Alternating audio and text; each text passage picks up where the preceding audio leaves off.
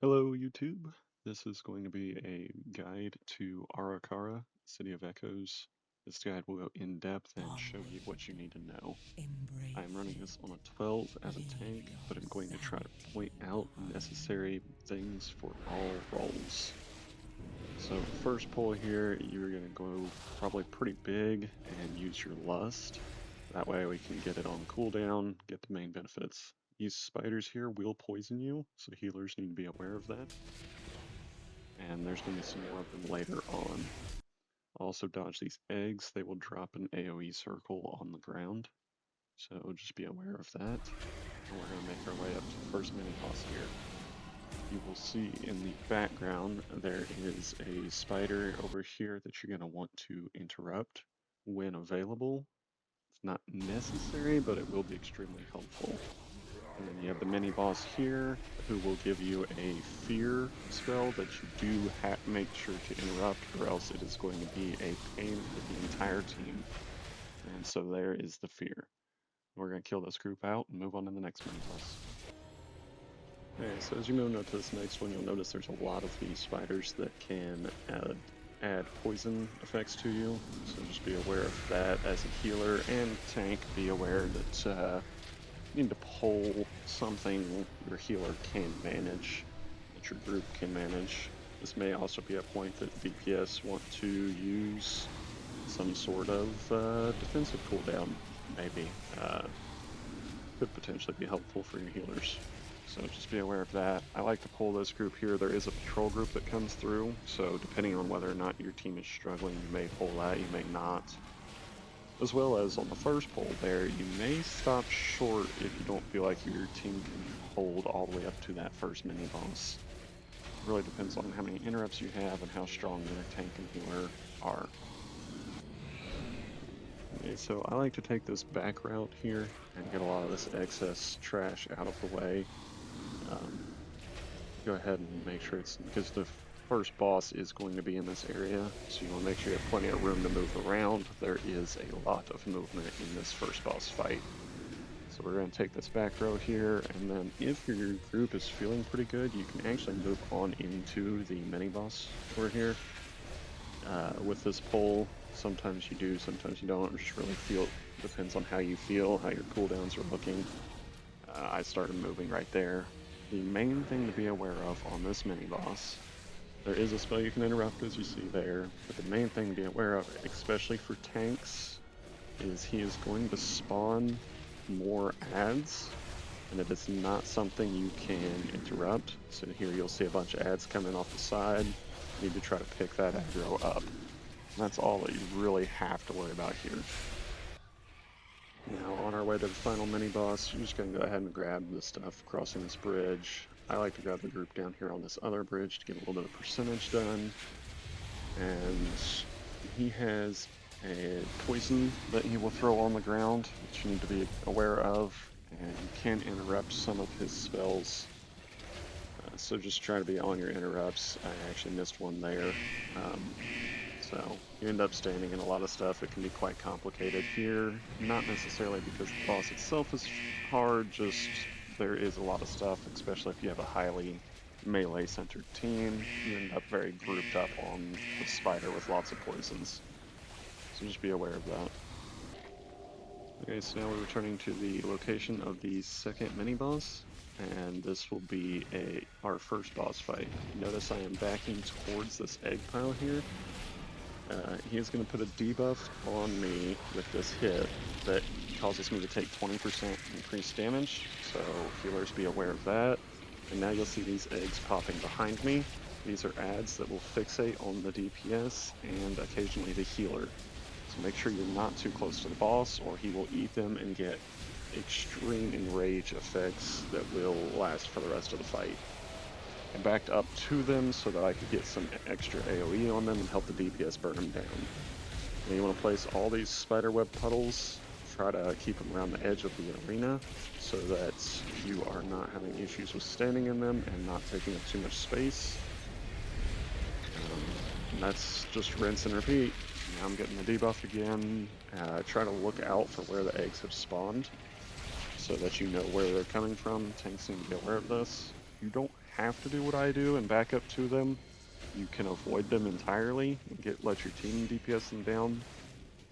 But in hierarchies, it's a little risky. However, you can help your team burn them down. So we're just going to rinse and repeat through this fight and just keep stacking these webs. Try to keep them close to the others. This fight does get a little crazy if you don't stack those webs properly. You will run out of space very easily. Alright, moving on with that out of the way, you'll get a respawn checkpoint there. So we're going to cross this bridge here. Be careful, you can fall off the map. I know that seems really obvious, but I've seen so many people do it, and I've done it myself at some points. So on this pull, I'm going to try to go relatively large, get a lot of percentage out of the way, and pull up to the end of the bridge here. I do pull the last group towards us a little bit so that I don't have to worry about any stray AoEs pulling further. So you're going to burn this group down, and then you have a choice of left or right on this path. From what I've seen, it does not seem to matter percentage-wise. Even the mobs are about the same, but I will say the right side to me feels more congested, so I am going to proceed to the left. On these groups here, there are a few interrupts you're going to want to get, but it's the same groups we've discussed before, so I'm not going to go into it, except for the large bug there does do a pretty sizable AoE that healers need to watch out for, not only on the ground, but also one that cannot be dodged. Alright, pulling into the next group here, you will hear my team lust because this is actually a rather large pull. I should have been a little more careful with this patrol group that is coming through. But you need to focus this guy right here. This is direly important. If you do not interrupt him, he will turn into another one of these large guys. So, has to be interrupted, but it's not an interrupt, it's actually a crowd control. And he will immediately restart casting it, so try to focus and burn this guy down. Very, very important. You'll see several of them as we go through this. I'll try to give you a few highlights and freeze frames here. Alright, so pulling into our next group, you're going to see there's two more Shriekers coming up. You're going to probably want to take them one at a time unless you just have a group that is really on it with crowd control abilities. As a druid, I do have two. But if you have a Death Knight, Shaman especially, they can do a lot of crowd controls. So it just really depends on what group you have and how confident everybody is in their abilities, how their cooldowns are looking. I went ahead and pulled this next Shrieker here since the first one was dead. Go ahead and try to burn it down. Okay, now you'll see there's another Shrieker here. I was actually going to try to pull this without getting him. However, I got his aggro in the process, so we're going back for that. Probably a good idea to get him anyways for percentage, just get it out of the way, but I was going to try to dodge that, and I'll be honest about it. These guys will be shooting poison volleys at you, try to interrupt them when possible. Alright, final note as you're proceeding before the second boss is you'll see two Shriekers here, as well as the door you need to proceed through is on the right. So this is going to be a little bit more interesting. You do have to be aware of these crowd controls. Luckily, the monk on my team was able to push the first one back to the second so that we could crowd control both at the same time. Alright, entering into the next boss fight, you'll notice once you enter combat, he's going to put a bug swarm on whoever first hit him, and then he's going to throw frontals at the tank. So try to make sure you keep your bug swarms away from other people, and obviously tank if you can aim the frontal away. Be careful though when he burrows underground to charge somebody, as he just did. He will throw you if you are too close, so be aware of that. And make sure, no matter what, you are burning those ads down, because when he does this circle, those ads will be rooting people. If you get rooted, you are dead. So this is probably the most inconvenient part for anybody. Tank, you need to stay on the right, healers and DPS on the left, dodging the frontal, which the tank should be directing away from everybody. This is a very complicated spot because you have very limited space, lots of bug swarms, lots of frontals going on. So just be aware of that. And then rinse and repeat. This boss is very annoying, but if you can beat him, I feel like he's the hardest part of this dungeon, personally.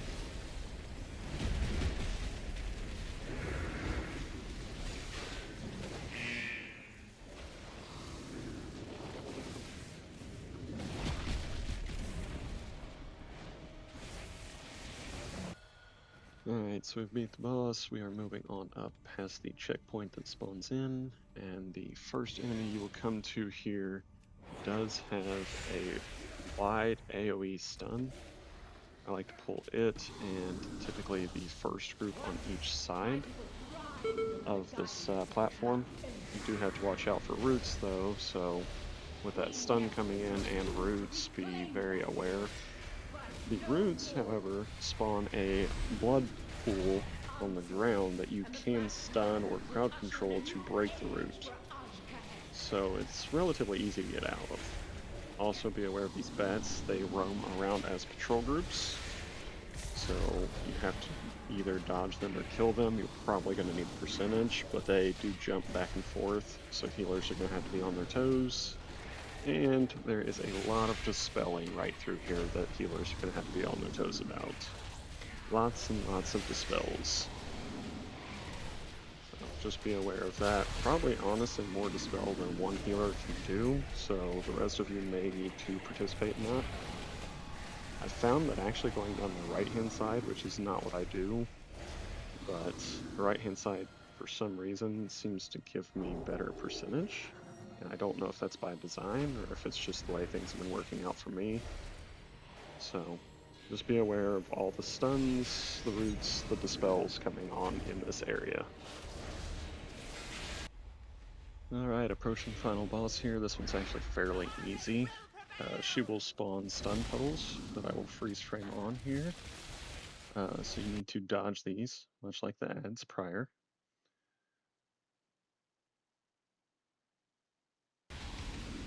Now, after dodging that, she is going to spawn, you see these little ads here, you will need them in the future for root puddles. They have like no health, so they're easy to take out. And then she's going to put these dispel green poisons on you. They will be on 3 random people, so you're going to want to dispel them and or not stand in them. They do pretty hefty damage. Now, here we're coming up on more stuns, and then this is going to be an explosion. This is what I told you you need the root puddles for. So killing those ads will spawn them, and you can run into them.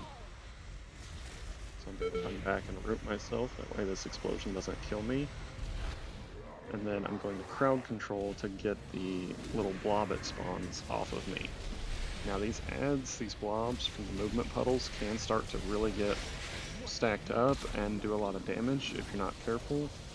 So if you need to, always try to lead them to your tank, or tanks be using some kind of taunt or ranged damage to pull them in. You don't want to move her too far on this platform, just be aware that you're mindful of your space. Rinse and repeat, and this fight's done. I was a little short on my percentage here, but I did end up finishing this dungeon in time, so there you go, guys. A guide to Ara-Kara, City of Echoes.